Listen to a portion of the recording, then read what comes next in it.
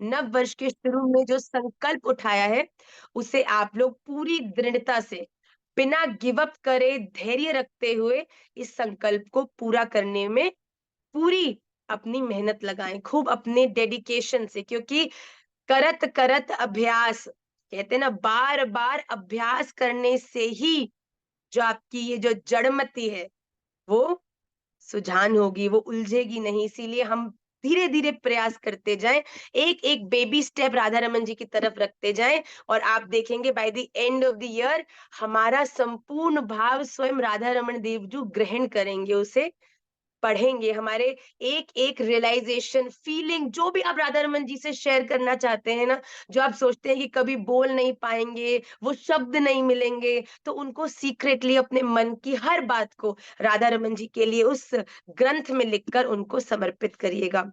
आइए हम अपनी कक्षा में प्रवेश करते हैं, अपने नेत्र बंद करके श्री राधा रमन देव जी के अलौकिक आनंदमयी दिव्य श्री चरणों का ध्यान करते हुए आज की कक्षा में हम प्रवेश करें।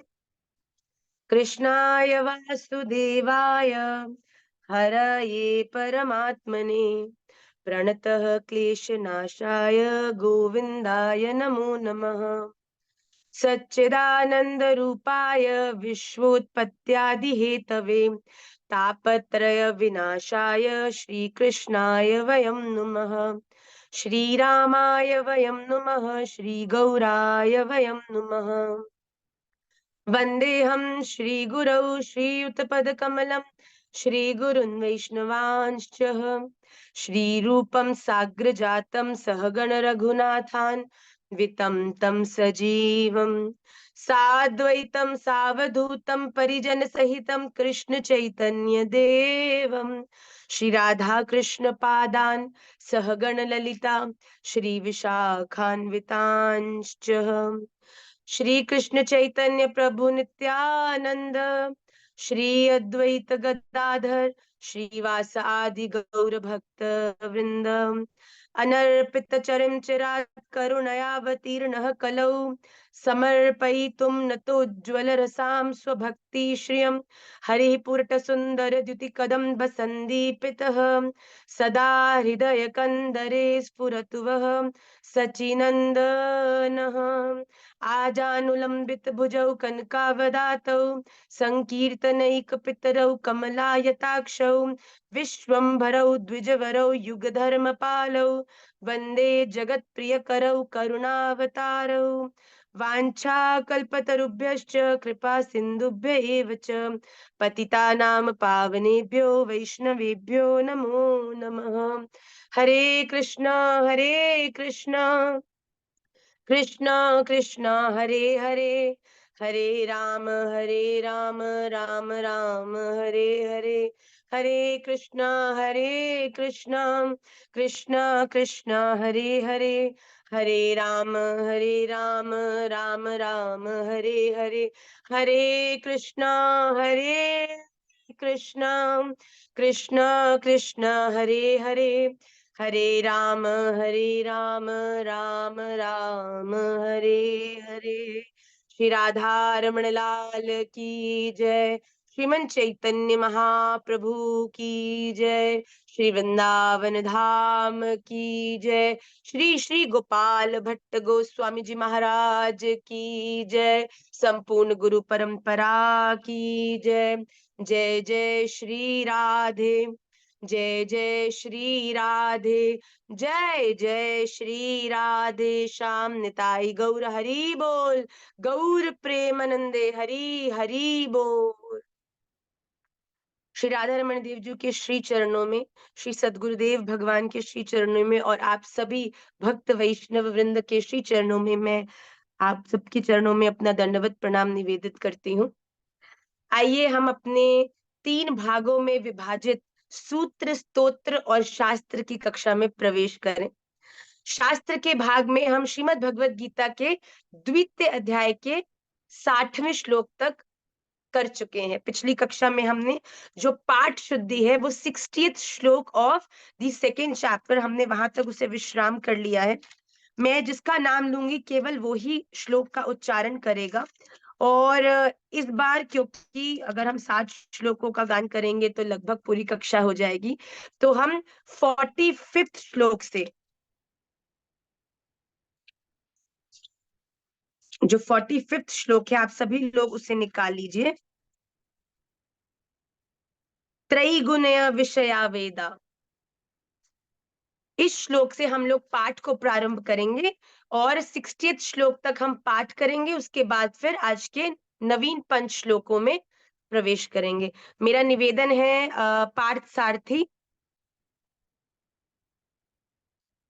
पार्थ सारथी दास अर्जुन अरोड़ा जी से कि वो 45th श्लोक का उच्चारण करें। द्वितीय अध्याय।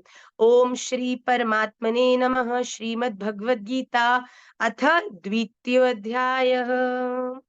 श्री भगवान उवाच त्रैगुण्य, अनम्यूट करो अर्जुन।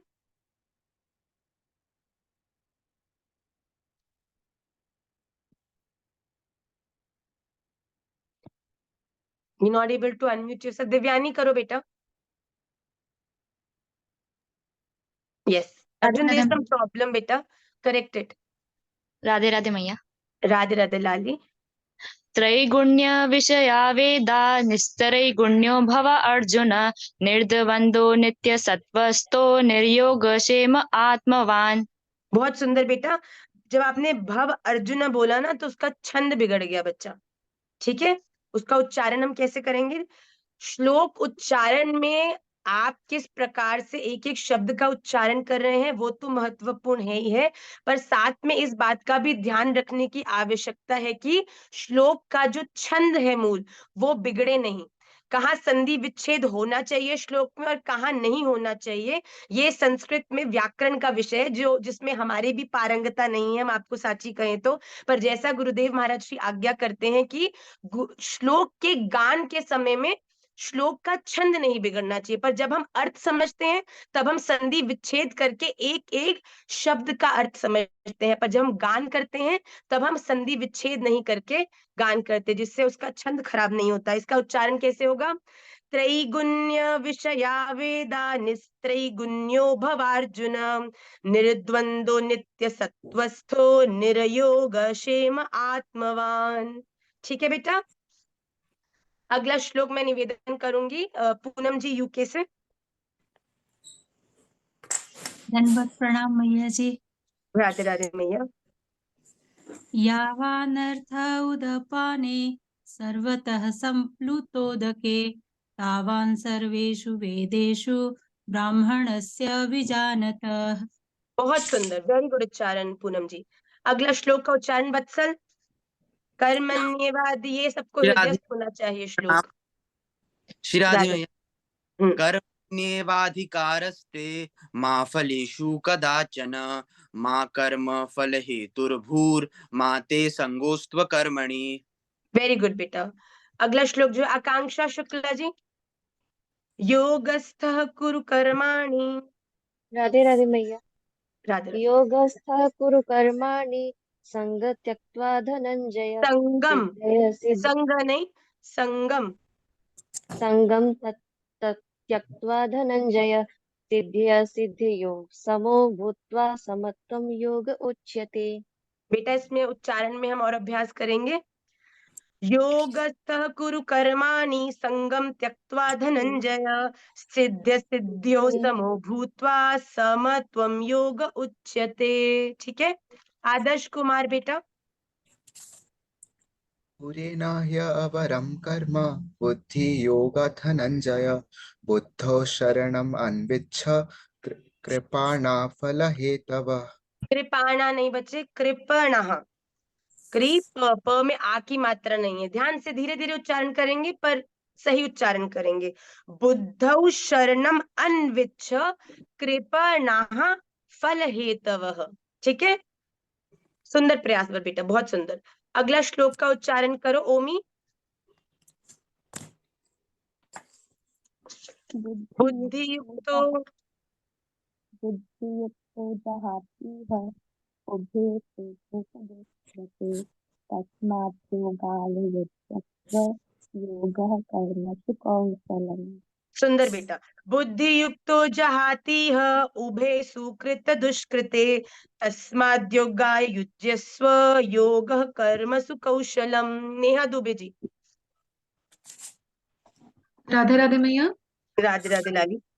कर्मजं बुद्धियुक्ता हि फलं त्यक्त्वा मनीषिणः जन्मबन्ध विनिर्मुक्ताः पदं गच्छन्त्यनामयम्। वेरी गुड बेटा, वेरी गुड। राजेश जी। राधे राधे जी। राधे राधे। यदा ते मोहकलिलं बुद्धिर्व्यतितरिष्यति तदा गन्तासि निर्वेदं श्रोतव्यस्य श्रुत्स्य च। बहुत सुंदर था, आखिरी के दो शब्दों में गड़बड़ हुई। तदा गंतासि निर्वेदम, ध्यान से देखिए, श्रोतव्यस्य श्रुतस्य च। श्रुत्स्य च। श्रुतस्य। श्रुतस्य च। Very good. श्रोतव्यस्य श्रुतस्य च। श्रुतस्य च। वैसे उच्चारण वेरी गुड राजेश जी, बहुत सुंदर बेटा। अगला श्लोक बोलिए। राधे राधे। ऋतु तिवारी बेटा। श्रुति विप, धीरे धीरे बोलना ऋतु, घबराना नहीं, आराम आराम से, कोई यहाँ एग्जामिनेशन नहीं है, सब लर्न कर रहे हैं बेटा, ठीक है। राधे राधे। राधे राधे बच्चे। श्रुति विप्रतिपन्ना ते यदा नो प्रॉब्लम, नो प्रॉब्लम। श्रुति विप्रतिपन्ना ते यदा निश्चला समाधावचला बुद्धिस्तदा योगम व्याप्य। पर इसमें बेटा हम और इसको और अच्छे से उच्चारण करेंगे, ठीक है। No problem, you are very very good. पिछली बार से देयर इज 70% इम्प्रूवमेंट बेटा। श्रुति विप्रतिपन्ना ते यदा स्थास्यति निश्चला समाधावचला बुद्धिस्तदा योगम वाप्स्यसि। Chaitanya, very good to see you in class baccha. Chaitanya Krishna. Arjun उवाच। राधेश्याम भैया। राधे रमदाला। स्थितिप्रज्ञस्य का भाषा स्थिति नहीं समाधिस्तस्य बच्चा, केशव। स्थिति नहीं बच्चा, स्थित, स्थित प्रज्ञ। जी। स्थितप्रज्ञस्य का भाषा समाधिस्थस्य केशव। स्थितधिः किं प्रभाषेत किमासीत् व्रजेत किम्। स्थित प्रज्ञस्य का भाषा समाधिस्थस्य केशव स्थितिः किं प्रभाषेत किमासीत व्रजेत किम। ठीक है बेटा। किमासीत पूरा त, किमासीत व्रजेत किम। सुंदर प्रयोग बेटा, वेरी गुड। अगला श्लोक जो है तन्वी। श्री भगवान उवाच। राधे राधे भैया। राधे राधे लाली। श्री भगवान उवाच प्रजाति यदा कामान सर्वान् पार्थमनगतान् आत्मानि एव आत्मान तुष्ट स्थित प्रज्ञ तदा उच्यते। उच्चारण और स्पष्ट करेंगे लाली। प्रजहाति यदा कामान सर्वान् पार्थ मनोगतान् आत्मन्येवात्मना तुष्टः। दोबारा देखो, आत्मन्येवात्मना तुष्ट स्थित प्रज्ञस्तदोच्यते। ठीक। मधु कपूर जी। राधे राधे माँ। राधे राधे बेटा। बाकी सब दुःखेष्वनु लोग अनम्यूट कर लीजिए। दुःखेष्वनुद्विग्नमना सुखेषु विगत स्पृहा वीतराग भय क्रोधा स्थित धीर्मुनिरुच्यते। वीतराग बीबी जी भय नहीं है, देखिए ध्यान से देखिए, एक वीतराग भय एक क्रोधा। अक्षर को ध्यान से देखेंगे ना। दुख, आप सुनिए बीबी जी अब। दुःखेष्वनुद्विग्नमनः सुखेषु विगत स्पृहा म्यूट हो गया। वीतराग आपका ऑडियो बंद करो, ऑडियो ही बंद कर भैया दो। सुनिए।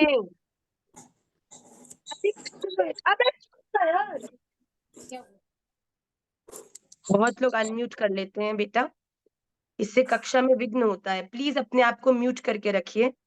दुःखेष्वनुद्विग्न मनः सुखेषु विगत स्पृह वीतराग भय क्रोधः स्थित धीर मुनिरुच्यते। ठीक है, अगला श्लोक बोले तुलसी। राधे श्याम माँ। मल्लिका गांधी जी प्लीज आप म्यूट रखिए, आप बार बार अनम्यूट हो रहे हैं, it's creating a lot of problem in the class.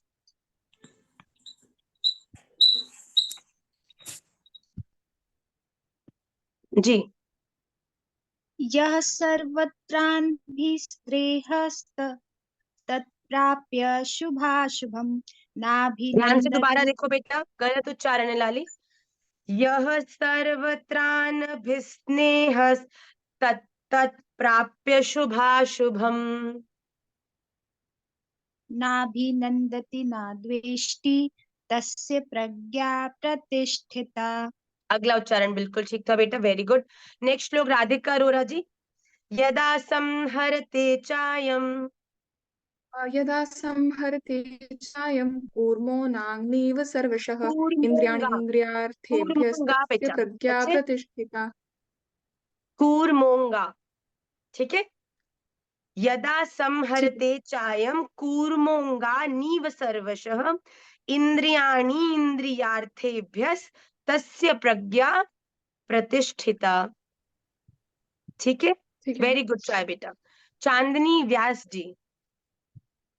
विषया विनिवर्तन्ते विषया विनिवर्तन्ते निहारहार्यस्य देहिनः नीरा, रसवर्ज नीहा नहीं नीरा, निहारहस्य नो नीरा, नीराहारस्य देहिना निराहारस्य देहिनः रसवर्जरसोऽप्यास्य परं रसवर्जम रसोप्यस्य, बोलो रसवर्जरसोऽप्यस्य परं दृष्टा निवर्तते। परम दृष्ट्वा, बोलो परं दृष्ट्वा निवर्तते। वेरी गुड बेटा, आपका उच्चारण बहुत स्पष्ट है लाली, पर आपको इसको ध्यान से धीरे धीरे पढ़ना है, ठीक है। वेरी गुड बेटा। नेक्स्ट श्लोक, आज का आखिरी श्लोक जो आप पढ़ेंगे, मैं प्रार्थना करूंगी रंजना जी से और उनका जो बालक है उससे, दोनों से संग में पढ़े। यत तो ह्यपि कौन्तेय यतोऽपि कौन्तेय पुरुषस्य विपश्चित् इन्द्रियाणि परमार्थीनि हरन्ति प्रसम्मन। बहुत सुंदर, वेरी गुड ट्राई। यत तो ह्यपि कौन्तेय पुरुषस्य विपश्चित इंद्रियाणि प्रमाथीनि हरन्ति प्रसभं मनः। श्री राधा रमण लाल की जय। आज के जो अगले 5 श्लोक हैं ये आपके आजीवन आपका मार्गदर्शन करने में बहुत अनिवार्य और सहायक होने वाले हैं। आपको आज के श्लोकों के माध्यम से पता चलेगा कि आपके जीवन में सबसे बड़ी वीकनेस क्या है और आपके जीवन की सबसे बड़ी स्ट्रेंथ क्या है। तो आज के श्लोकों को हम बड़े ध्यान से देखेंगे। आइए आज के प्रथम श्लोक को हम सब दर्शन करें। तानि सर्वाणि संयम्य युक्त आसीत मत्परः वशे हि यस्येन्द्रियाणि तस्य प्रज्ञा प्रतिष्ठिता। इसका संधि करेंगे। तानि सर्वाणि संयम्य युक्त आसीत मत्परः वशे हि यस्य इंद्रियाणि तस्य प्रज्ञा प्रतिष्ठिता। और इसका शब्दार्थ क्या हुआ? तानी मतलब उन, सर्वाणी संपूर्ण इंद्रियों को, संयम्य, संयम्य मतलब संयम में, वश में करके, युक्त समाहित चित्त हुआ, मत पर मेरे परायण होकर, आसीत ध्यान में बैठे, ही क्योंकि, यस्य जिस पुरुष की इंद्रियाणी इंद्रियां वशे वश में, तस्य होती हैं उसकी प्रज्ञा बुद्धि प्रतिष्ठिता स्थिर हो जाती है। हम लोगों ने अभी कुछ समय पहले अर्जुन ने भगवान श्री कृष्ण से ये जिज्ञासा करी। भगवान ने कहा कि अगर तुम्हें अपने जीवन में शांति चाहिए उसके लिए क्या अनिवार्य है कि तुम्हारी स्थिर बुद्धि हो। और भगवान से अर्जुन ने पूछा, भगवान आपने इतनी बार बताया कि मनुष्य की स्थिर बुद्धि होनी चाहिए, स्थिर बुद्धि ही शांति का प्रतीक है, पर आप ये बताइए कि ये स्थिर बुद्धि युक्त पुरुष कैसा होता है, इसके क्या लक्षण है, ये कैसे बात करता है, ये इसका स्वभाव कैसा होता है। उसी को ही आगे उसका विस्तार करते हुए भगवान ने इस श्लोक में क्या बताया है कि जो व्यक्ति कर्मयोगी साधक उन संपूर्ण इंद्रियों को वश में करके मेरे परायण होकर बैठे, क्योंकि जिसकी इंद्रियां वश में है उसकी बुद्धि स्थिर है। देखिए, अगर आपकी इंद्रियों पे, अगर आपकी इच्छाओं पर, अगर आपकी डिजायर्स पर आपका नियंत्रण है, अगर आप में वो विवेक है जो आपको आपकी सही और गलत इच्छाओं पर नियंत्रण करने की बल देता है। आज मेरा गोलगप्पा खाने का मन है, पर मेरा गला खराब है। एक इसका निवारण है कि गला हो जाएगा खराब, कोई बात नहीं, मन कर रहा है खा लेते हैं। उससे क्या होगा, जो मेरी स्थिति है वो और खराब होगी कि बेहतर हो जाएगी? खराब। पर दूसरी ओर अगर वही विवेकपूर्ण निर्णय मैं लूंगी, अभी मेरा गला खराब है, अभी अपनी इस चंचल इंद्रियों को मुझे नियंत्रित करके गोलगप्पा नहीं खाना है, पर कुछ समय बाद जब मेरा स्वास्थ्य ठीक हो जाएगा तब मैं जाकर गोलगप्पा खा लूंगी। तब मैंने अपनी बुद्धि का प्रयोग करके अपनी इंद्रिय को नियंत्रित किया कि ये निर्णय मेरे लिए गलत है। जो मेरी इंद्रिय इच्छा कर रही है, जो मेरी ये जिह्वा कुछ चटपटा खाने की इच्छा कर रही है, वो मेरे स्वास्थ्य के अनुकूल नहीं बल्कि प्रतिकूल है। इसीलिए भगवान कहते हैं कि एक स्थिर बुद्धि मनुष्य का सबसे पहला जो प्रतीक है वो ये है कि उसका अपनी इंद्रियों पर नियंत्रण है, उसकी इंद्रियां उसके अधीन है, वो अपनी इंद्रियों के अधीन नहीं है। अर्थात कि जो उसकी मन, उसकी जो इंद्रियां चाहती हैं वो नहीं करता, जो उसके लिए हितकारी है वो ही अपनी इंद्रियों के द्वारा उसे संपन्न करता है। इसको और एक्सप्लेन करने में नेक्स्ट 2 श्लोक्स में मैं आपको हायरार्की बताऊंगी, विच इज मोस्ट इंपॉर्टेंट, कि आप अपनी इंद्रियों को, आपको मां, यहाँ तो अर्जुन के से जो अपने योग में, अपने भजन में इतने श्रेष्ठ थे, वो भी भगवान को कह रहे हैं कि चंचलम ही मनः कृष्ण प्रमाथि बलवदृढ़म, कि भगवान आप कुछ भी कह लो, मेरा मन तो बहुत चंचल है, ये नियंत्रण में नहीं आता। तो भगवान भी उसका मार्गदर्शन कर रहे हैं। तो भगवान कह रहे हैं कि कैसे तुम अपनी इन इंद्रियों को नियंत्रित करोगे। देखिए, समझने का विषय है, फिर श्लोकों को हम पढ़ेंगे। इस हायरार्की में सबसे नीचे आता है आपका शरीर। ये शरीर ही माध्यम, देखिए प्लीज बी वेरी केयरफुल, ये आपको बहुत बड़ी आपके जीवन का एक समाधान देने वाला है। आपके जीवन में इस बाहरी दुनिया से संपर्क करने के लिए जो साधन भगवान के द्वारा आपको प्रदान किया गया है वो है आपका शरीर। ये शरीर ही संबंध बनाता है, ये शरीर ही इच्छाओं को भोगता है, ये शरीर ही सुख दुख का भोक्ता बनता है। पर ये शरीर किसके अधीन है? इंद्रियों के अधीन। आपकी जो इंद्रियां चाहती हैं वही आपका शरीर करता है। मेरी इंद्रियां आज, मेरे नेत्र जो है, मेरी दृष्टि है, वो आज एक दृश्य देखना चाहती है, तो वो मेरे शरीर को इस प्रकार का मार्गदर्शन करेगी कि मैं उस स्थान पर जाऊं जहां पर वो दृश्य देखने में मुझे सहजता हो। तो मेरा शरीर वहां जाएगा जहां मेरी इंद्रियां उसे जाने को प्रेरणा देंगी, जाएंगी कि नहीं चैतन्य, राइट? तो शरीर कहाँ जाएगा? जहां हमारी इंद्रियां उसे जाने की प्रेरणा देंगी। अब हमारी इंद्रियां किसके अधीन है? अब इंद्रिय किसके अधीन है? हमारे मन के। आज मन कर रहा है कि ये देखा जाए। अब ये देखा जाए, जब देखने की इच्छा मन ने प्रकट कर दी तो दृष्टि ने अपने शरीर को मार्गदर्शन किया कि जाओ और जाके मुझे ये दिखाओ जिससे मेरा जो मन है, जो मेरा राजा है, जिसके अधीन में काम करता हूं, वो प्रसन्न हो जाए। अब हायरार्की में तो नीचे वाले को ऊपर वाले को प्रसन्न करना पड़ेगा कि नहीं? तो शरीर को इंद्रिय की बात माननी पड़ेगी, इंद्रियों की।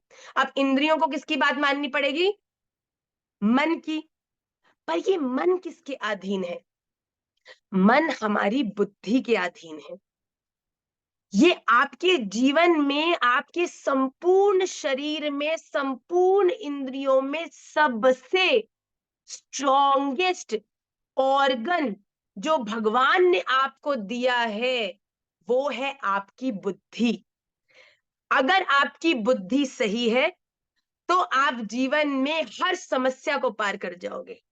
पर वहीं अगर आपकी बुद्धि खराब है, अगर आपकी बुद्धि गलत भावों से प्रभावित है, तो आपके जीवन में 2+2 = 4 जैसी सहज प्रॉब्लम में भी आप ऐसे उलझ जाओगे जैसे न जाने ये कितनी ही बड़ी प्रॉब्लम है। इसीलिए भगवान कहते हैं एक मनुष्य का तब तक पतन नहीं हो सकता जब तक उसकी बुद्धि खराब नहीं होती। तुम्हारा मन विचलित हो गया, फिर मन ट्रैक पे आ जाएगा। तुम्हारी इंद्रियां अभी भी चंचल है, कोई बात नहीं, अभ्यास से फिर से तुम्हारी इंद्रियां नियंत्रण में आ जाएंगी। तुम्हारी इंद्रियां नियंत्रण में आएंगी, तुम्हारा शरीर भी उस सही रास्ते पर चलने लग जाएगा। पर जिस दिन तुम्हारी बुद्धि भ्रष्ट हो गई, ये बुद्धि कैसे भ्रष्ट होती है? गलत एसोसिएशन से। बुद्धि कब भ्रष्ट होती है? जब हम गलत चीजों में अपना प्रवेश ज्यादा कर लेते हैं, व्यवहार संसार में ज्यादा अपना दिल दिमाग लगाने लगते हैं, भगवान में हृदय इमोशंस को नहीं बल्कि तर्कों में भगवान को तोलने लगते हैं, तब ये बुद्धि में दुष्टता प्रवेश हो जाती है। और जिस दिन एक व्यक्ति की बुद्धि नष्ट हो जाती है, उस दिन वो व्यक्ति का संपूर्ण जीवन शून्य शून्य के समान हो जाता है। वो उसका जो पूर्ण जीवन है वो नष्ट हो जाता है। ये मैंने दूसरे अगले 2 श्लोकों की भूमिका स्वरूप आपको बताया है कि सबसे पहले शरीर, शरीर से ऊपर इंद्रियां, इंद्रियों से ऊपर मन, और मन से ऊपर बुद्धि। तो जिसकी बुद्धि नियंत्रित है उसका मन भी समय अनुसार विचलित होना बंद होगा। जब मन विचलित नहीं होगा, चंचल नहीं होगी, तो इंद्रियां भी सही रास्ते पर सही मांग करेंगी, और जब आपकी इंद्रियां सही मांग करेंगी तो शरीर भी सही मार्ग पर ही चलेगा। आइए अगले श्लोक को पढ़ें। मेरा भाव है जिनको हृदयस्थ करने में आपत्ति ना हो, ये अगले 2 श्लोकों को आप याद करिए। बड़े सुंदर ये श्लोक हैं जो समय समय पर आपको ध्यान करेंगे कि हमें क्या क्या नहीं करना, इलैबोरेटिवली। आइए श्लोक को पढ़ें। ध्यायतो विषयान् पुंसः संगस्तेषुपजायते, संगात् संजायते कामः, कामात् क्रोधोऽभिजायते। Beta, where are we reading? We are reading in the 2nd chapter, and we are on the shlok number 62. Ronak, chapter 2, shlok number 62. ध्यायतो विषयान् पुंसः संगस्तेषु पजायते, संगात् संजायते कामः, कामात् क्रोधोऽभिजायते। ध्यायते विषयान् पुंसः संगः तेषु उपजायते, संगात् संजायते कामः, कामात् क्रोधः अभिजायते। ये इसका संधि हुआ। आप सभी देखिए, विषयान, विषयों का, ध्यायतः चिंतन करने वाले, पुंसः पुरुष की, तेषु विषयों में, संग आसक्ति, उपजायते सॉरी संजायते उत्पन्न होती है, कामात कामना में विघ्न पड़ने पर, सॉरी संग आसक्ति उपजायते हो जाती है, संगात आसक्ति से, कामः उन विषयों की कामना, संजायते उत्पन्न होती है, और कामात कामना में विघ्न पड़ने पर, क्रोध क्रोध अभिजायते उत्पन्न होता है। देखिए, it is so easy and so clear. ध्यायतो विषयान पुंसः मतलब, ध्यायतो मतलब ध्यान, विषयान पुंसः विषयों का चिंतन करने वाले पुरुष। जो लोग पूर्णतः विषयों में, संसार में, इच्छाओं में, भौतिक कामनाओं में अपनी आसक्ति रखते हैं, इच्छा रखते हैं, मुझे ये मिल जाए, मुझे वो मिल जाए, इससे मेरे प्रेम हो जाए, ये मेरे जीवन में आ जाए, ये मेरे साथ जुड़ जाए, जो इस प्रकार की प्रतिक्रिया में सदा उलझे रहते हैं, भगवान क्या कहते हैं, विषयों का चिंतन करने वाले मनुष्य की उन विषयों में आसक्ति पैदा हो जाती है। आसक्ति मीन्स अटैचमेंट पैदा हो जाती है। जब हम क्या कहते हैं, ये मेरे से जुड़ जाए, ये मेरा हो जाए, मेरा इससे संबंध बन जाए, मेरा ये हो जाए, मतलब कि अब ये मेरा है तो मेरा क्या, उससे एक रिलेशन बन गया। अब जब रिलेशन बन गया तो अटैचमेंट बन गई कि अब मैं उसके लिए क्या हो गई, पोजेसिव। हम जितना भी कह लें कि आशा ही परमम दुखम, नई राश्यम ही परमम सुखम, पर आपको लगता है कि पूर्णतः इसे जीवन में उतारना संभव है? जिससे आप प्रेम करते हैं, कहीं ना कहीं थोड़ी आशा तो आपको उससे होती ही है, क्योंकि आप उससे जुड़े हैं, आपकी उससे अटैचमेंट है। तो भगवान यहाँ क्या कह रहे हैं कि जो व्यक्ति विषयों में उलझा रहता है, उसकी उनसे क्या हो जाती है, अटैचमेंट। और जब अटैचमेंट हो जाती है तो अपने आप ही क्या उत्पन्न हो जाती है, आशा। जब आपकी किसी से अटैचमेंट है, आपका कोई दोस्त है, आपका कोई संबंधी है, आपका कोई प्रिय है, जब वो आप उसके प्रिय बन जाते हो तो आपकी उससे कुछ कामनाएं उत्पन्न होती है कि नहीं, ये मेरा ख्याल रखेगा, ये मुझे सुखी करेगा, ये मेरी बात मानेगा, इस प्रकार की कामनाएं उत्पन्न होती हैं कि नहीं, होती है ना। पर तब क्या होता है, जब हमारी कामना उत्पन्न होती है और फिर वो कामना पूरी नहीं होती तो हमें क्या आता है, कामात क्रोधोभिजायते। जब तुम्हारी कामना पूरी नहीं होती तो तुम्हें क्या आता है, ये मेरे, इसने मेरे साथ ऐसे कर कैसे दिया, how dare he, how could he do this to me. मैंने इतना उसके लिए परिश्रम किया पर उसने एक सेकंड भी नहीं सोचा मेरे इस सब करने से पहले। कामात क्रोधो भिजायते, फिर क्या होता है, जब आपकी इच्छा पूरी नहीं होती, कामना पूरी नहीं होती तो क्या आता है आपको, क्रोध। ठीक है, सबसे ध्यायतो विषयान पुंसः संगस्तेषुपजायते संजात संजायते कामः कामात क्रोधो भिजाय। देखिए एक एक शब्द को देखेंगे, विषयों का ध्यान करने वाला मनुष्य में संगस्तेषु, अपने संगियों के प्रति उसकी आसक्ति पैदा होती है, आसक्ति पैदा होती है, अटैचमेंट पैदा होती है, तो उसकी आशा हो जाती है कि ये मुझे सुखी करेगा। फिर जब आशा जैसी कामना जुड़ जाती है और फिर जब आशा पूरी नहीं होती तो क्या आ जाता है, क्रोध। विक्रम जी, आपको समझ आई अभी तक की बात पूरी? कोई डाउट किसी को? इस हायरार्की में आगे चले। अब जब क्रोध आता है तो क्या होता है, दे धड़ाधड़ कबाड़ बज रहे हैं घर के, दे धड़ाधड़ गाली उच्चारण हो रहा है, मतलब जो चीजें बोलना भी नहीं चाहते, जो चीजों का कोई अर्थ भी नहीं है, जो चीजें लॉजिकल भी नहीं है, जो चीजों को आप कहना भी नहीं चाहते, सोचना भी नहीं चाहते, बोलना भी नहीं चाहते। क्रोध ऐसी विषयात्मक वस्तु है कि आपका जीवन की हर चीज को तहस नहस कर देती है। और बाद में क्रोध करने के बाद जब कुछ समय बाद आप ठंडे होते हो तो अपने ही माथे पर हाथ मारते हो और कहते हो, अरे भैया ये मैंने क्या कुछ बोल दिया, ये मैंने क्या कुछ तोड़ दिया, ये मैंने क्या कुछ कर दिया, इसकी तो इतनी आवश्यकता भी नहीं थी। क्रोध में व्यक्ति की बुद्धि क्या हो जाती है, शून्य। अगले श्लोक में देखिए भगवान क्या समझा रहे हैं अर्जुन को, क्रोधात भवति सम्मोह, सम्मोहात् स्मृति विभ्रमः, स्मृति भ्रंशात् बुद्धिनाशो, बुद्धिनाशात् प्रणश्यति। क्रोधात् भवति सम्मोहा, सम्मोहात् स्मृति विभ्रमः, स्मृति भ्रंशात् बुद्धिनाशः, बुद्धिनाशात् प्रणश्यति। क्रोधात्, क्रोध से, सम्मोह अत्यंत मूढ़ भाव, मूढ़ भाव मतलब मूर्खता, बेवकूफ, अज्ञान, अविवेक, भवती उत्पन्न हो जाता है, सम्मोहात मूढ़ भाव से, स्मृति विभ्रम, स्मृति में भ्रम हो जाता है। जब हम बेवकूफ हो जाते हैं, जब हमारा ज्ञान शून्य हो जाता है, तब हमें कोई भी कुछ भी याद नहीं रहता, कौन हमारा बड़ा खड़ा है, कौन हमारा छोटा खड़ा है, हमें क्या बोलना चाहिए, क्या नहीं बोलना चाहिए, सारी जो हमारी स्मृति है, जो भी हमारी सोच है, वो गुम हो जाती है, भ्रमित हो जाती है।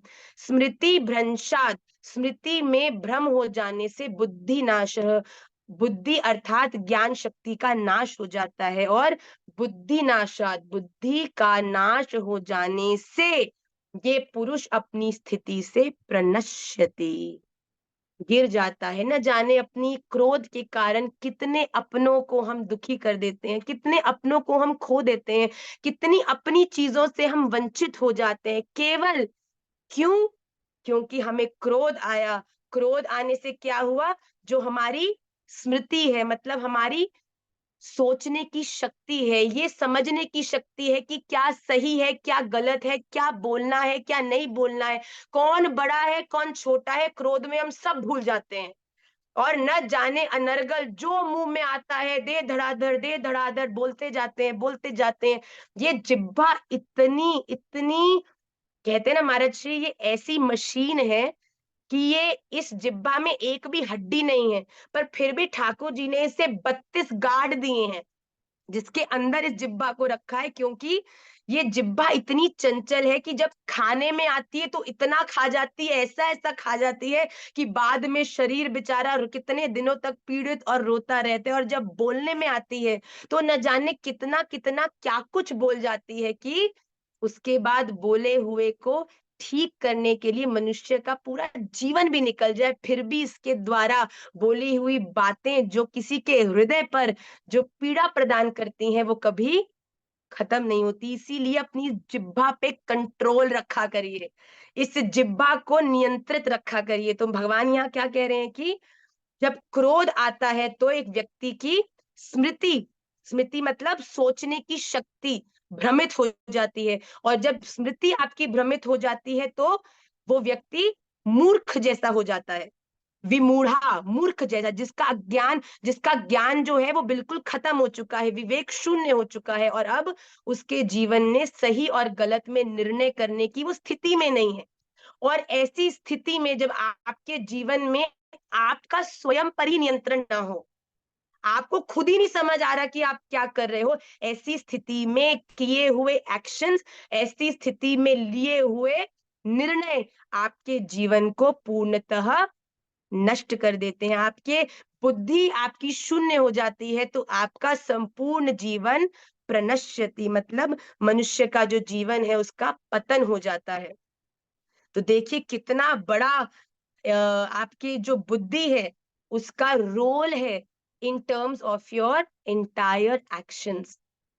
जितना आपकी बुद्धि स्ट्रांग होगी उतना ही, देखो अभी हमने नीचे से ऊपर की हायरार्की समझी कि जितना विषयों में चिंतन होगा उतना ही, जब आपका चिंतन होगा तो आपकी अटैचमेंट होगी, जब आपकी अटैचमेंट होगी तब आपकी कामना बढ़ेगी, आपकी इच्छा बढ़ेगी, जब आपकी कामना बढ़ेगी और जब कामना पूरी नहीं होगी तो क्रोध आएगा, जब क्रोध आएगा तो आपके हृदय में, आपकी बुद्धि में एक मूर्खता का भाव आ जाएगा, विमूढ़ता आ जाएगी, और विमूढ़ता में आपकी स्मृति जो है, आपकी जो सोचने की शक्ति है वो भ्रमित हो जाएगी। जब सोचने की शक्ति भ्रमित हो जाएगी तो ऐसे समय में लिए हुए निर्णय आपके जीवन में आपको गलत फल प्रदान करेंगे। और जब आपके जीवन में आप गलत निर्णय आप लेंगे तो आपकी बुद्धि शून्य हो जाएगी, और शून्य बुद्धि से एक मनुष्य का जो जीवन है उसका पूर्णतः पतन हो जाता है।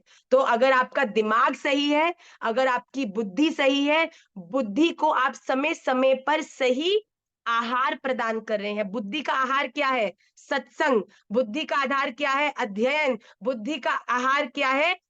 अच्छे लोगों के साथ बैठना, उनके संग अच्छी बातें करना, भगवत चिंतन करना, अपने जीवन में दूसरों के लिए, भगवान के लिए, गुरुदेव को प्रसन्न करने वाले विषयों का ध्यान करना। जब आप अपने जीवन में इस प्रकार के चिंतनों को विद्यमान करते हैं, that is food for the brain.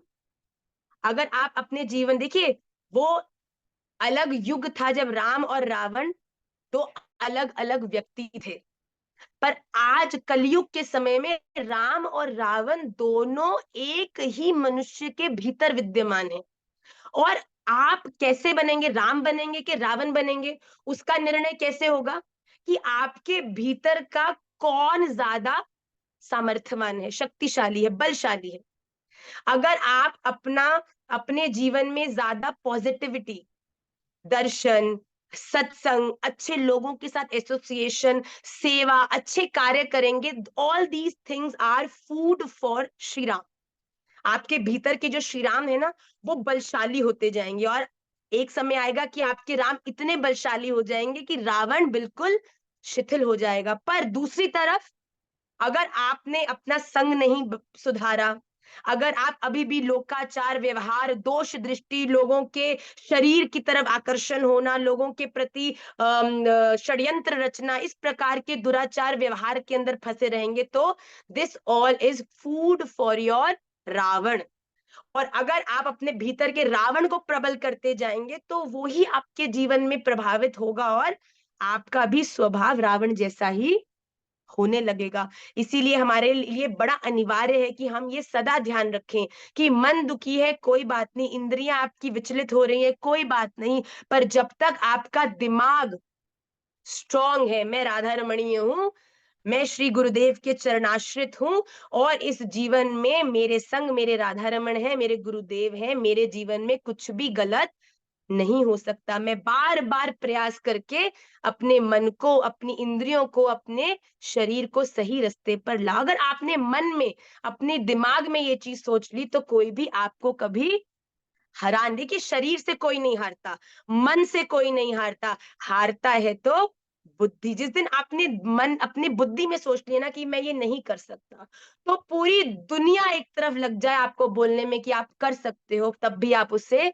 नहीं कर पाओगे। पर जिस दिन आपने ये सोच लिया कि मैं राधा रमण देव जी को इस जन्म में प्राप्त करके ही रहूंगा, तो आपके जीवन में कितने भी नकारात्मक सोच वाले लोग क्यों ना खड़े हो जाएं, अरे तुम ढोंगी हो, क्या करते हो, ये कैसा तिलक है, ये क्या कंठी है, क्या पोशाक है, क्या हरे कृष्ण कृष्ण कृष्ण हरे हरे, हरे राम, क्या राम राम हरे हरे करते रहते हो, अरे तुम्हारा जीवन ही बर्बाद है। जितने मर्जी इस प्रकार की सोच वाले लोग आ जाएं, वो बोलते ही रह जाएंगे, और राधा रमन लाल आपके सन्मुख आकर आपको कितनी प्रसन्नता से, कितने प्रेम से इस संसार, इस दलदल, इस मृत्यु संसार से आपको इस प्रकार उठा के ले जाएंगे, जैसे कमल ये कीचड़ में विद्यमान होते हुए भी कीचड़ से सदा अलग रहता है, अपनी शोभा में रहता है। इसलिए सदा ध्यान रखिए कि हमारी बुद्धि स्ट्रांग है तो हमारा मन स्ट्रांग रहेगा, मन स्ट्रांग है तो इंद्रियां हमारी सही जगह इन्वेस्टेड रहेंगी, और अगर इंद्रियां सही है तो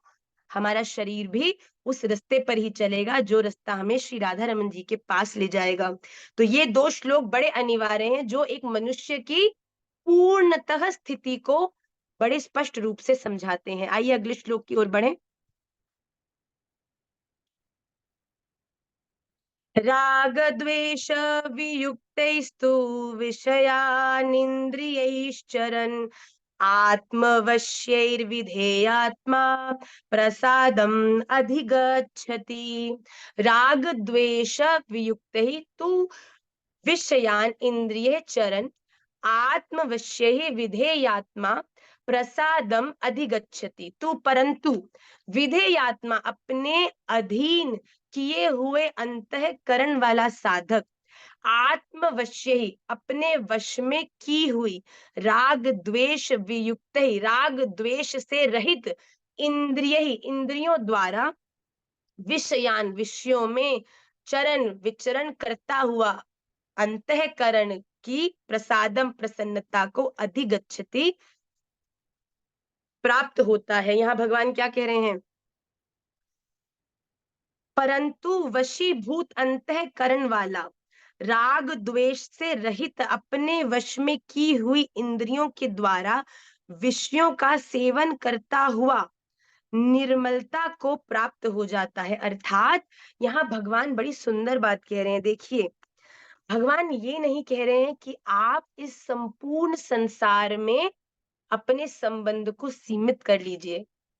भगवान यहाँ क्या कह रहे हैं कि अपनी बुद्धि से इन संबंधों को हैंडल करिए। हम क्या करते हैं? हम अपने हृदय से संबंधों को हैंडल करते हैं, हम उनको बड़े जल्दी, उनसे जैसा कि कहा, आसक्त हो जाते हैं, उनमें अटैच हो जाते हैं। पर भगवान यहाँ कह रहे हैं कि एक स्थिर बुद्धि मनुष्य कौन है?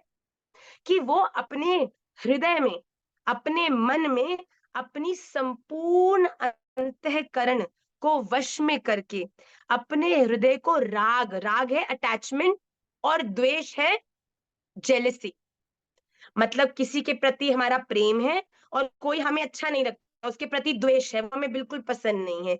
इन दोनों से ही जो रहित हो जाता है कि मेरे जीवन में जो मुझसे प्रेम करता है उसके लिए भी मेरे हृदय से सदा प्रार्थना है, और जो मुझसे द्वेष रखता है उसके लिए भी मेरे हृदय से प्रार्थना है। ऐसा व्यक्ति ही स्थिर बुद्धि कहा जाता है। उसी व्यक्ति के मन में शांति रहती है, उसी का ही जो अंतःकरण है वो सदा निर्मल रहता है। निर्मल मतलब उसको कोई मतलब नहीं है कौन उससे प्रेम करता है, उसको कोई, एक निर्मल हृदय वाले व्यक्ति को ना कोई फर्क नहीं पड़ता कि कौन उससे प्रेम करता है, कौन उससे द्वेष करता है, कौन उससे प्रतिस्पर्धा करता है, कौन उसका हितकारी है, कौन उसका द्वेषी है।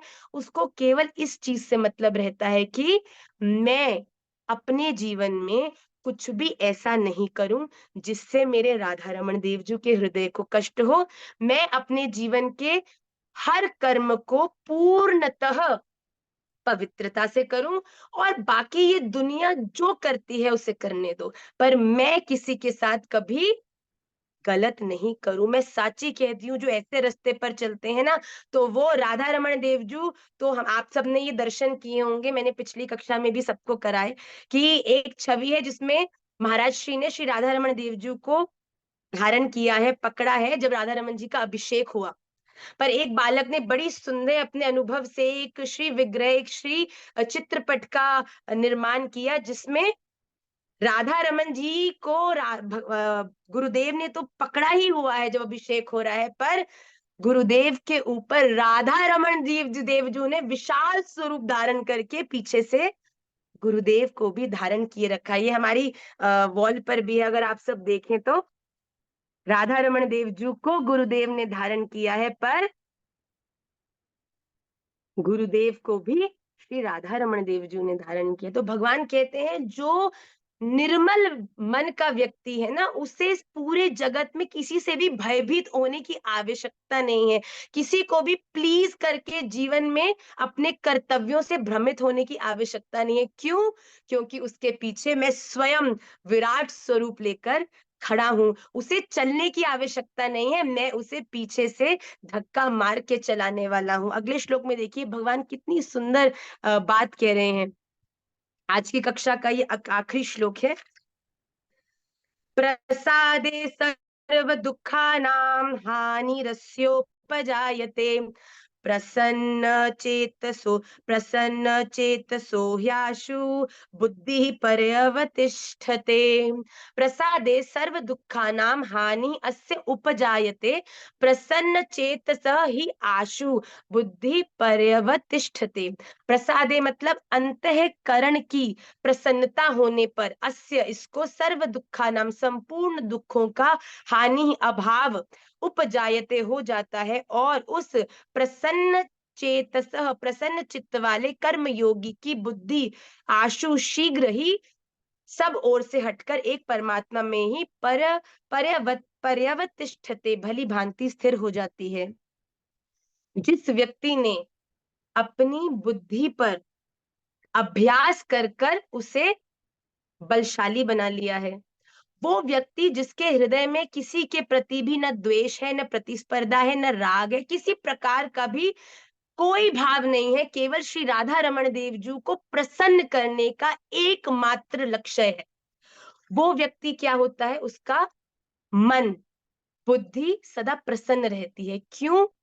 क्योंकि उसके जीवन में कोई स्ट्रेस ही नहीं रहता, उसके जीवन में कोई डिस्ट्रैक्शन ही नहीं रहती। क्यों? जब आपको पता हो कि मुझे ये प्राप्त करना है, ये प्राप्त करने के लिए मुझे ये बुक पढ़नी है, ये बुक पढ़ने के लिए मुझे ये ही टीचर है जो मुझे इस बुक में क्या पेपर में आना है वो बता सकता है, और मैं अपने लक्ष्य को प्राप्त कर लूंगा।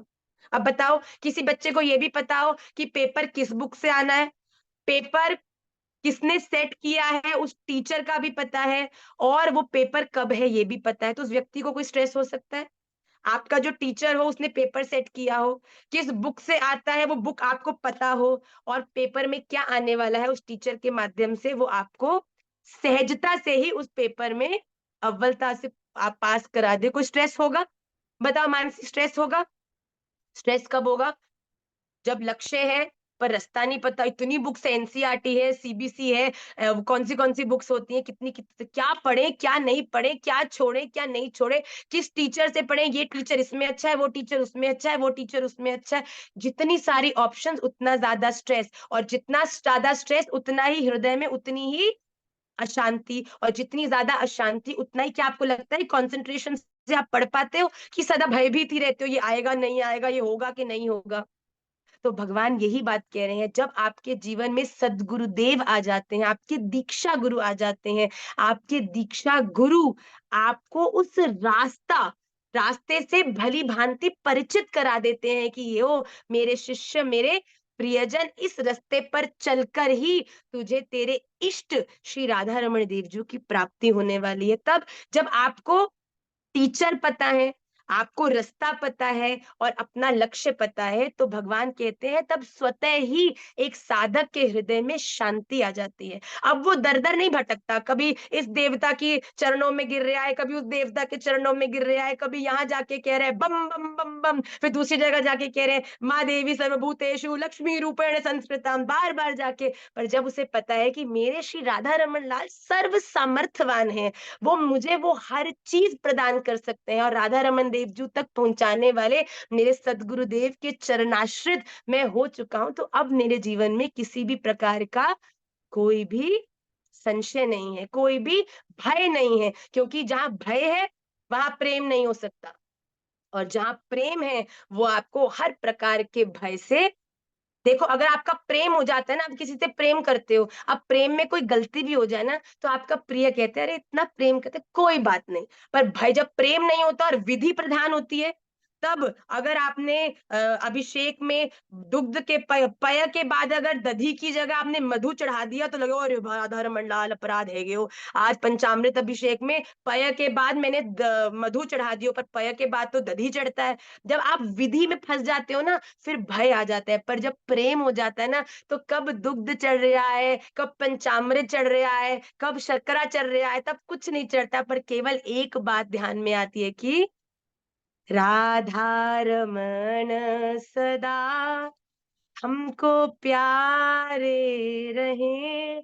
कि ये सब मेरे प्यारे के लिए है, मैं सिर्फ राधा रमन देव जी के लिए। अगर तुम प्रेम में साची कहूं, कुछ भी कर रहे हो, राधा रमन देव जी खूब प्रसन्नता से उसे स्वीकार करते हैं। तो हमें विधि में, राग द्वेष में, अटैचमेंट्स में, संबंधों में, वस्तुओं में, इनमें न फंसकर हर प्रयास में केवल श्री राधा रमन देव जी को ही प्रसन्न करना है। और वो प्रसन्न कब होते हैं? जब एक व्यक्ति अपने कर्तव्यों को, सबका हित का ध्यान करते हुए वो आगे बढ़ते, वो किसी का भी अहित नहीं चाहता, वो किसी को भी दुख नहीं देना चाहता, वो किसी के प्रति भी हानि नहीं करना चाहता, बल्कि अपने इष्ट को, अपने गुरु को प्रसन्न करने का हर प्रयास करता है। तो आज के जो ये पांचों श्लोक हैं, इनको आपको ग्रुप पर आपको ये उपलब्ध हो जाएंगे। आइए अविलंबित रूप से, मैं चाहती हूँ, कक्षा में समय तो पूरा हो चुका है, पर अभी हम गोपी गीत में प्रवेश करेंगे। और आज की मॉरल स्टोरी तो गजब की है। I don't want any one two leave the class, because आज का जो सूत्र है, जो हमने, ये सूत्र हमने एक वीडियो के माध्यम से, आप सब जानते हैं ओशो, जो ओशो जी हैं, उनके एक वीडियो में उसको श्रवण किया, और आप सबसे उसे शेयर निश्चित रूप से मैं करने वाली हूँ। पर आइए गोपी गीत में प्रवेश करें। मेरा निवेदन है तान्या गुप्ता जी से कि वो गोपी गीत के प्रथम श्लोक का जल्दी से गान करें। राधे राधे मैया। आप सभी को राधे राधे, आप सभी को दंडवत प्रणाम। अब हम जब नाम लेंगे बच्चों, तो एक संग श्लोक गाएंगे, ठीक है? बीच में प्रणाम आप सबको, आपने मुझे प्रणाम किया और आप सभी के प्रणाम मैंने श्री राधा रमन देव जी के श्री चरणों में समर्पित कर दिए। अब आप गाएं और हम सुनेंगे। ओके तान्या? श्री गोप्युः जयति पेधिकं जन्मना व्रज श्रयत इंदिरा शश्वदस्रहि दयितदृश्यतां दीक्षुतावका त्वयि धृता सबस्त्वां विचिन्वते। बहुत सुंदर बेटा। रौनक। शरदुदाशये ये साधु जात सत सरसि जोदरा श्रीमुषादृशा सूरत नाथ ते शुल्क दाश का वरद निघ्नतो नेह किं वदः। वेरी गुड रौनक, सो ब्यूटीफुल बच्चा। शशि जी। विष जलाप्यया विषजलाप्ययाद बरस मारुता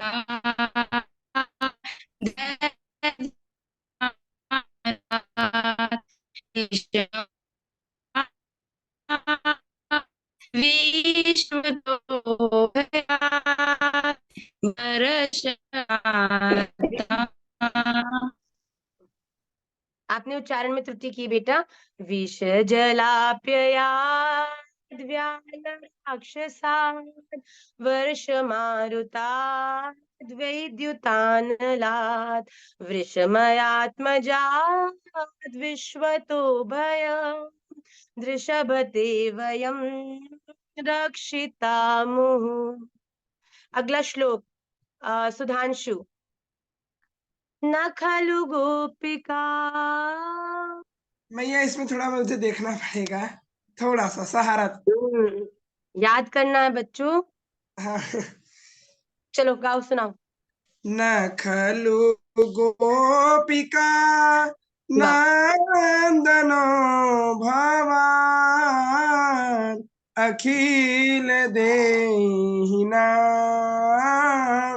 अंतरात्मदृक् विकसार्थितो विश्वगुप्ताये सख उदेवान सात्वतां कुले।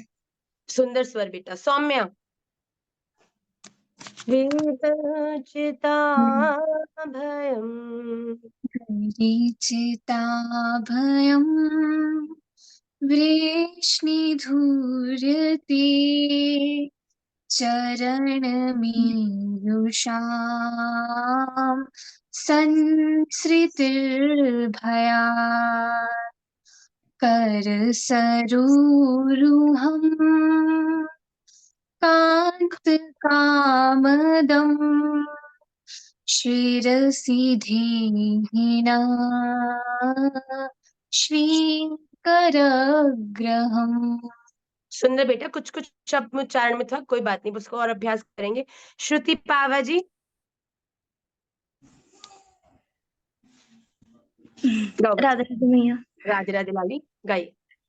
व्रज जनात्रिहन् वीरयोषितां निज जनस्मय ध्वंसनस्मिता भज सखे भवन किंकरी समा नो भज सखे भवत् किंकरीष्मनो जलरुहानलम् चारुदर्शय। वेरी गुड बेटा, सुंदर प्रयास बच्चे, वेरी गुड। माधवी जी, माधवी दासी जी। प्रणत देहिना। बच्चे अनम्यूट कर डाली। राधे राधे मैया। राधे राधे बच्चे। प्रणत देहिना पापकर्षणं तृणचरानुगम् श्रीनिकेतनम्।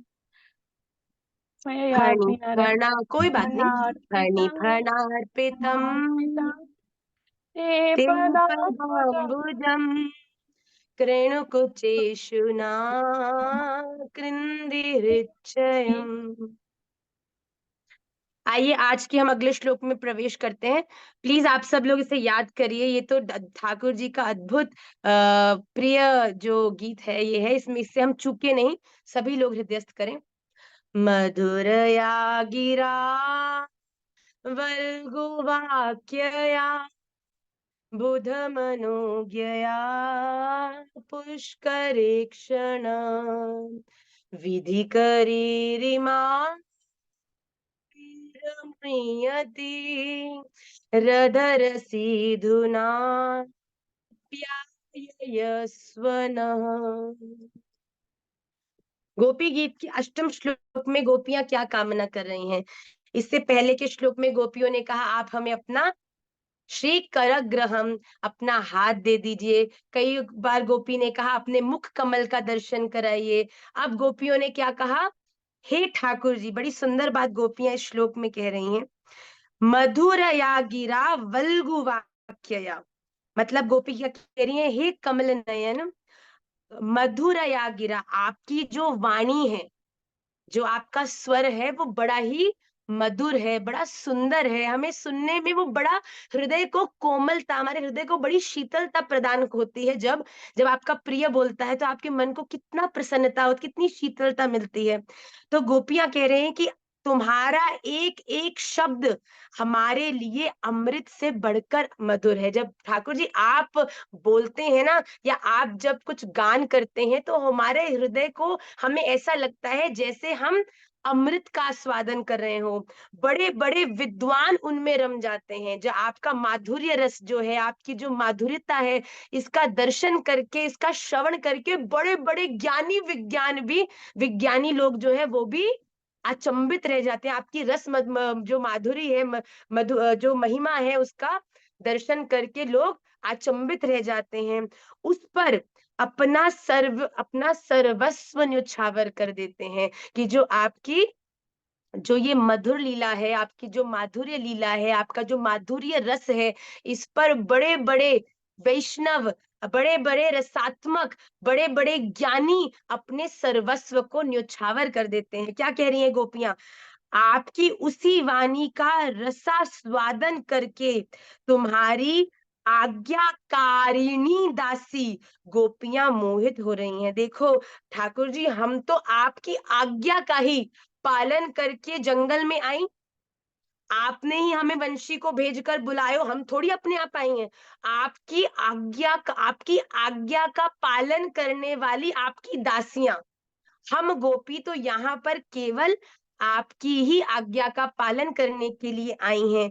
आपकी उस मधुर वाणी का रसास्वादन, उसका आनंद लेने, उसे श्रवण करने के लिए आई हैं। अब गोपियां कह रही हैं कि हम आई हैं आपकी वाणी का रसास्वादन करने के लिए, पर आप अंतर ध्यान हो गए हैं। तो भगवान को क्या कह रही हैं? हे दानवीर, अब तुम अपना दिव्य अमृत से भी मधुर अधर रस पिलाकर हमें जीवन दान दो।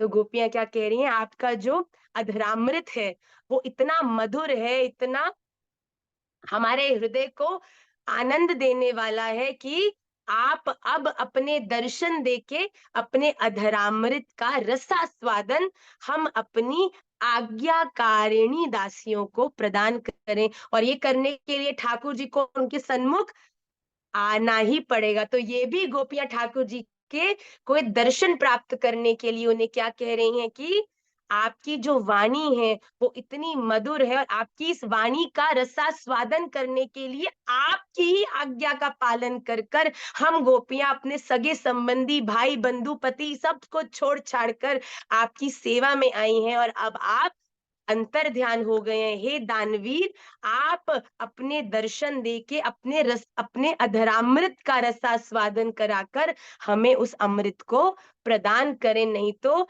हमारे लिए इस शरीर को धारण करना बड़ा असंभव जैसा प्रतीत होता है। तो गोपियां ठाकुर जी से पुनः पुनः उन्हें दर्शन देने की याचना कर रही हैं। तो हम ये जो अष्टम श्लोक है, मधुरया गिरा वल्गु वाक्यया बुद्ध मनोज्ञया पुष्करेक्षण विधि करीरिमा वीर मुह्यति रधरसी धुना प्यायस्वन। जो लोग ठाकुर जी के जो अधरामृत हैं उसका रसास्वादन, अर्थात ठाकुर जी का प्रसाद, ठाकुर जी के द्वारा, उनके अधरों द्वारा ग्रहण की हुई प्रसादी की याचना। अब इससे एक मर्यादा का एक बांध है जिसको हम पार नहीं कर सकते, पर यहाँ पे गोपियां यही कह रही हैं कि हम आपके इन अधरों का जो रसास्वादन है उसे करने की लालसा धारण किए हुए हैं। अधरामृत का जो आनंद है, माधुर्य है, उसको गोपियां प्राप्त करने की पुनः पुनः ठाकुर जी से प्रार्थना और याचना करती हैं। तो हम सभी इसको हृदयस्थ करें। आइए जल्दी से आज के सूत्र में हम प्रवेश, सूत्र है भी लंबा पर आप सबको बड़ा आनंद देगा। एक बार एक राज्य में एक राजा का जो मुख्यमंत्री था उसका शरीर शांत हो गया। तो राजा ने बोला कि अब मुझे एक नए मंत्री की, वजीर की आवश्यकता है। तो पूरे राज्य में इस चीज की घोषणा कर दो कि मुझे, राजा को, एक नया वजीर चाहिए। पूरे राज्य में बड़े सारे स्तर थे, उन्हें पार कर करके 3 लोगों का चयन हुआ जिनका जो परीक्षा थी स्वयं राजा लेने वाले थे, और जो भी उस परीक्षा में पास होता वही राजा का वजीर बनता।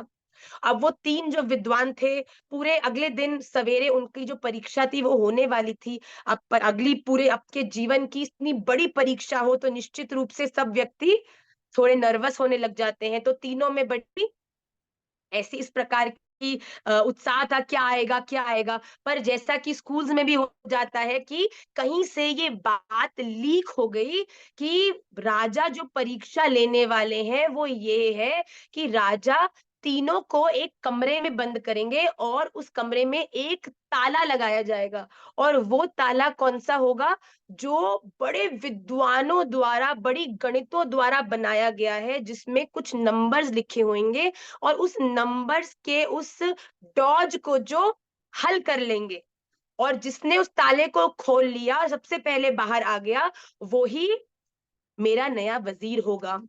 तो जो तीनों थे उनको जैसी ये बात पता चली, उनमें से जो 2 थे वो तो तुरंत दुकान पे दौड़े, मार्केट में दौड़े और जितनी भी ताले से संबंधित, नंबर से संबंधित गणित की परीक्षाएं थी उनको हल करने वाली सारी पुस्तकों को खरीद लाए और दे धड़ा किसी को पता चल जाए कि पेपर में ये आने वाला है तो क्या करते हैं, धड़ा वही चटते रहते। पूरी रात होगी, वो गणित की बिल्कुल चाटे जा रहे हैं उसको कि एक भी सम मेरे से रह नहीं जाए, एक भी सम सॉल्व करे बिना मेरे से हो नहीं जाए। पूरी रात वो, उनमें से 2 लोग अलग अलग पुस्तकों से पढ़ते रहे, इतने स्ट्रेस्ड, इतने अंडर प्रेशर कि अगले दिन अगर कोई उनसे उन गणित के क्वेश्चंस के अलावा ये भी पूछ लेता ना कि A B C D, D के बाद क्या आता है, तो वो ये भी बताने में असफल हो जाते क्योंकि देवर अंडर सो मच प्रेशर कि हमें गणित की उस डॉज को हल करना है। पर उनमें से जो एक था, 2 में से जो तीसरा था, वो व्यक्ति बड़ा ही शांत। बाकी दोनों सोचते हैं, हमें लगता है इसने हमारे उत्साह को देख के पहले डिमोटिवेटेड हो गया है, ये हमें देखकर कि ये दोनों तो कर ही लेंगे, मेरा तो दूर दूर तक कोई स्कोप है नहीं, तो मेरे को तो लगता है इस परीक्षा में बैठना भी नहीं चाहिए। कई लोग होते हैं ना कि बाकी इतने इंटेलिजेंट लोगों को सोचते हैं मैं तो कर ही नहीं सकता भाई, ये सोचकर कि मैं कर ही नहीं सकता। क्यों? क्योंकि बाकी लोग इतने ओवर स्मार्ट आसपास दिख रहे होते हैं, पर अंदर से चाहे बिल्कुल शून्यातम जो होते हैं ना, बिल्कुल शून्य होते हैं वो, पर दिखने में लगते हैं you know there is nobody more smarter than me, there is nobody who knows better than me. ऐसे लोग बहुत होते हैं जो अंदर से बिल्कुल लल्लू होते हैं पर ऊपर से दिखाते हैं कि हमसे ज्यादा स्मार्ट तो इस दुनिया में कोई है ही नहीं। तो वैसे ही वो दोनों थे, उन दोनों ने सोचा कि ये तो पहले ही हार मान चुका है, उस पे हंसने लगे, उसको डरपोक डरपोक कहने लगे और खुद वो जितनी भी पुस्तकें थी उनमें पढ़ते गए पूरी रात। अगले दिन राजा के द्वार में पहुंचे और सबके उत्साह में इतना आनंद हो गया जब साची में यही परीक्षा थी। Imagine you were preparing for a cheat exam and the question paper is exactly what you thought the question paper would be. अरे वो दोनों तो बड़े आनंद, अरे ये तो हमको आता है, ये तो हम कर लेंगे। राजा ने तीनों को एक कमरे में डाला, बताया ये एक ताला है जिसे बड़े बड़े विद्वानों ने एक संख्या के रूप में बनाया है, आपको इस संख्या का तोड़ निकालना है और जो भी पहले इस द्वार से बाहर निकलेगा उसको मैं अपना वजीर बना दूंगा। जैसे ही राजा ये बोलकर बाहर गए और जो बाकी दोनों, वो जो ताला था उससे बड़ी जोर से घूर के देखने लगे, और जैसे ही देखा तुरंत उनमें से क्या किया, वो दोनों ने कुछ कुछ पुस्तकें अंदर छुपा कर भी लाए थे। जैसे ही राजा बाहर गए, उन्होंने अपनी पुस्तकें निकाली चीटिंग करने के लिए और सारे कोड्स निकाल के देखने लगे कि कौन सा कोड आना चाहिए, हल सॉल्व करने लगे उसको बड़ी तेजी से। अभी भी जो तीसरा व्यक्ति था ना, वो अभी भी बड़ा शांत बैठा है। उसकी तरफ बड़े वो लोग बड़े इतना स्ट्रेस्ड थे, पूरी रात सोए नहीं थे, इतना प्रेशर उन दोनों पर था। वो 2 मिनट उसको देखकर कहते अरे ये तो बिल्कुल निकम्मा है, ये तो पहली हार मान ली, ये तो कुछ प्रयास ही नहीं कर रहा, इसने तो रेस शुरू होने से पहले कह दिया कि मैं I am not a part of the race, मैं तो रेस में दौड़ ही नहीं रहा। पर वो व्यक्ति क्या था, वो तीसरा व्यक्ति ना बड़ी अपने नेत्र बंद करके शांत मन से बिल्कुल अप्रभावित अपनी आंख बंद करके 5 मिनट बैठा रहा। वो दोनों व्यक्ति दूसरी ओर पुस्तकों, मतलब इतना भी उनमें समय नहीं है कि वो मोड़ा ऊपर उठा के देखें कि क्या चल रहा है आसपास, दूसरा व्यक्ति क्या कर रहा है, बस चट रहे हैं कौन सी बुक से कौन सा वो उत्तर निकल जाए, क्या हो जाए, बड़ी स्ट्रेस में दोनों के दोनों बैठे हैं। तभी क्या हुआ, जो तीसरा व्यक्ति था, जो मौन में शांत होके बैठा था, वो उठा, अपनी जो आसन था उससे ऊपर उठा, उस ताले के पास गया, उस ताले को बिना छुए उसने दरवाजे को धक्का मारा और उस द्वार से बाहर निकल गया।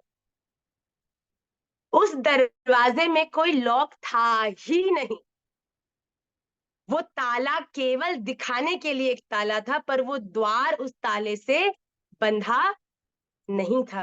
ये करके वो बाहर भी चला गया, पर बाकी 2 नमूने अभी भी अंदर कॉपियों में ढूंढ ही रहे हैं कि शायद हमको उस कोड का उत्तर मिल जाए। वो तीसरा व्यक्ति बाहर चला भी गया, राजा से मिल भी गया और राजा उसको लेकर वापस कक्ष में आया। और तब राजा ने उन दोनों को कहा अरे भैया रुक जाओ, मुझे मेरा वजीर मिल चुका है, अब तुम्हें कोई भी और परिश्रम करने की आवश्यकता नहीं है। क्यों?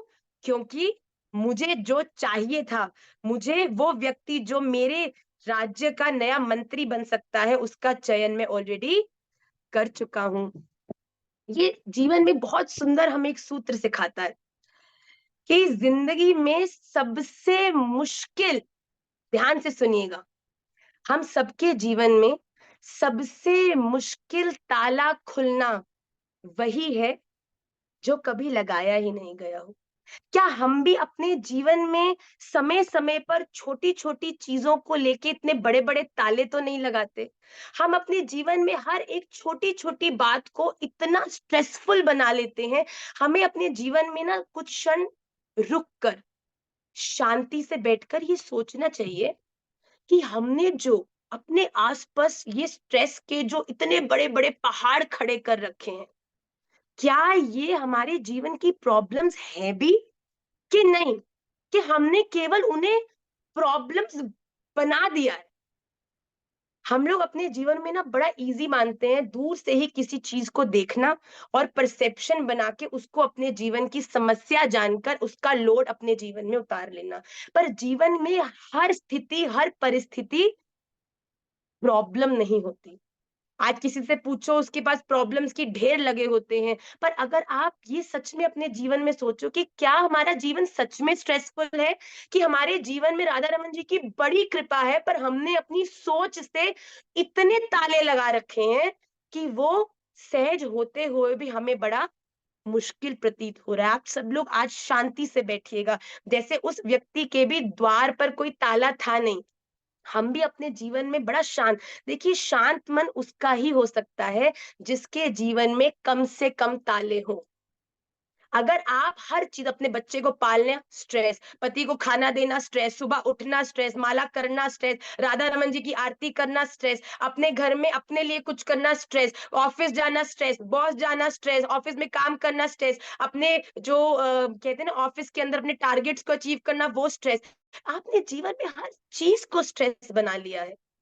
अपने जीवन की हर एक कदम को स्ट्रेस बना लोगे तो कैसे मन शांत होगा, कैसे आपकी बुद्धि स्थिर होगी? और जब तक बुद्धि स्थिर नहीं होगी, कैसे अपने मनुष्य जीवन के इस अलौकिक अवसर को, जहां पर आप में और भगवान में केवल एक, आप कह लीजिए एक कदम का अंतर है, उसमें उतने छोटे अंतर में होते हुए भी अगर चूक जाओगे, क्यों?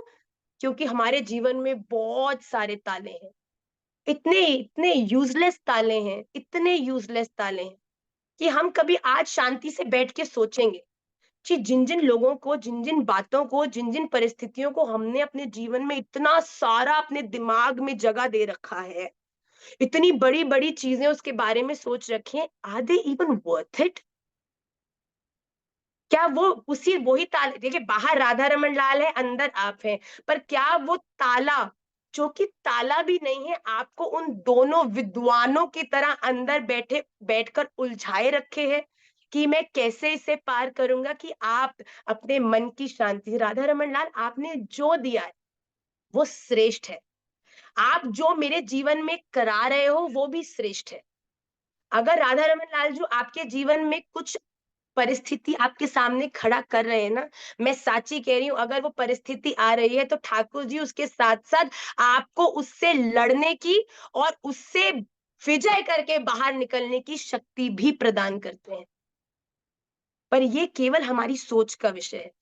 तो आज मेरा ये निवेदन है कि राधा रमन लाल वो राजा हैं और हम भीतर बैठे वो वैष्णव हैं, जो उनसे मिलना तो चाहते हैं, उनकी सेवायत बनना तो चाहते हैं, उनकी वजीर बनना तो चाहते हैं, पर क्या वो ताला जो ताला है भी नहीं, उसको पार करने की सामर्थ्य हम सब में है?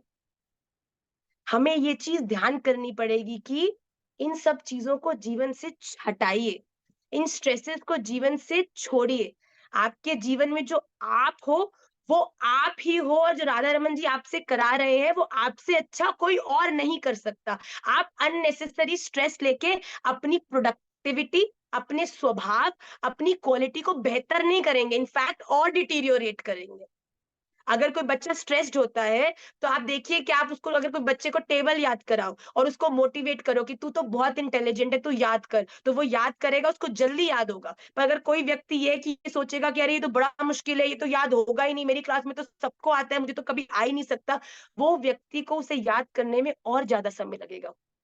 जो लोग ये सोचते हैं ना कि हम निमाई पाठशाला से जुड़ गए हैं, आप श्लोकों को तो हम बोल लेंगे, वो श्लोक जल्दी बोलना सीख रहे हैं। और जो ये सोचते हैं कि हमसे तो बोलना ही नहीं जाना जी, साढ़े तो होना ही नहीं है जी, वो भी प्रयास कर रहे हैं, पर समय से वो भी सीख जाएंगे, पर उन्हें कंपैरेटिवली ज्यादा कठिनाई होगी। इसीलिए हम अपने जीवन के इन सभी इल्यूजनरी, अपने दिमाग से बनाए हुए हाइपोथेटिकली, जो हमारे हेलुसिनेशन जो कहते हैं ना, कि हमने अपने हेलुसिनेशन से जो इतने स्ट्रेसेस अपने जीवन में बना रखे हैं, उनसे मुक्त होकर, अपने जीवन में रिलैक्स्ड होकर, अपने अंतःकरण को शांत कर, राधा रमन लाल मेरे साथ खड़े हैं भैया। जब राधा रमन तुम्हारे साथ हैं तो फिर किस बात की चिंता? हमारे है राधा रमन, हमें किस बात की चिंता। अरे ये बोलो मत, स्वर में सुनने में बड़ा मधुर है, गाओ मत, इसे जीवन में उतारो। न खाने की, जितना तुम्हारे लिए उपयुक्त है ना खाना, ठाकुर जी पहुंचवा देंगे। न पीने की, न जीने की, न मरने, ये जीवन भी ठाकुर जी ने दिया है, और कब इसे विश्राम करना है वो भी ठाकुर जी के ही हाथ में। तुम्हारे हाथ में क्या है कि इस जीवन को ऐसा जियो, इस जीवन को ऐसा निभाओ कि श्री राधा रमन देव जी भी करे, वाह ये जीवन मैंने तुझे दिया और तूने इस जीवन को ऐसा जिया कि अब पुनः तुझे कभी इस जीवन को दोबारा जीना ही नहीं पड़ेगा। अब तू प्रत्यक्ष मेरा वजीर हो जा, अब तू मेरा सेवायत हो जा। हम सबके जीवन का ये लक्ष्य होना चाहिए। खूब आज कक्षा में विलंब हो गया, 1.5 घंटे की कक्षा होगी, उसके लिए मैं क्षमा चाहती हूँ, पर प्लीज आप सबसे पुनः निवेदन है, आज कुछ समय रात्रि में लेट जाए ना, सबको शुभ रात्रि, Radhe Radhe, good night, sweet dreams कर लें, तब 5 मिनट अपने संग बिताइएगा और सोचिएगा कि आपके जीवन में अगर आप अनहैप्पी हैं तो उसके रीजंस क्या है। क्या किसी ने आपको उस तरीके से ट्रीट नहीं किया? तो क्या किसी के वैसा ट्रीट करने से जैसा आप चाहते हो, अगर आपके जीवन में शांति रहेगी तो कब तक कितने लोग आपको वैसा ट्रीट कर पाएंगे जैसा आप चाहते हैं? पर जीवन में जब एक्सेप्टेंस आ जाएगी कि मेरे राधा रमन लाल जो मुझे अच्छा ट्रीट करें, जिस उसके अनुकूल मैं अपना जीवन व्यतीत करूं, तब जीवन में शांति, तब जीवन में लोग कुछ भी। और मैं सच बताऊं, जब इस प्रकार का स्ट्रेस फ्री जीवन हो जाता है ना, तो लोग सच में आपके पीछे दौड़ने लगते हैं। क्यों? क्योंकि वो जानना चाहते हैं कि आप ऐसे कैसे हो, इतने शांत, इतने खुश, इतनी इतनी प्रतिकूलता जी, साडे घर च भी इतने प्रॉब्लम, इतने स्ट्रेस है, पर तुम इतने खुश कैसे हो भाई, ये बताओ।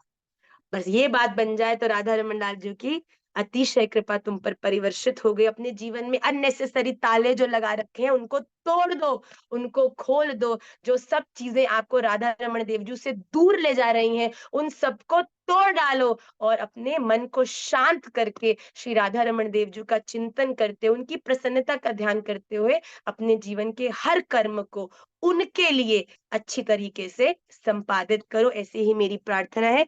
आप सबके श्री चरणों में मैं अपना दंडवत प्रणाम करती हूँ और पुनः पुनः आप सबको खूब खूब धन्यवाद व्यक्त करती हूँ कि आप प्रति हफ्ता मुझसे ये सेवा स्वीकार करते हैं। और राधा रमन देव जू मेरी इस सेवा से प्रसन्न है, उसके अत्यंत प्रमाण मुझे बार बार समय अनुसार देते हैं, मेरे जीवन में खूब सेवा के अवसर मुझे प्रदान करते हैं। ये केवल आपके ही प्रसन्नता और आशीर्वाद के कारण राधा रमन देव जू मुझे प्रदान करते हैं। और प्लीज इसी प्रकार आप सभी लोग मुझे आशीर्वाद भी दीजिए और राधा रमन देव जू की प्राप्ति के लिए अपने जीवन में खूब भजन भी करिए और सदा आनंदित रहिए। आप सबके श्री चरणों में अपना दंडवत प्रणाम करते हुए next Tuesday we'll meet again with the next 5 shlokas of Srimad Bhagavad Gita and the 9th shlok of Shri Gopi Gita. Shri Radha Raman Lal ki Jai.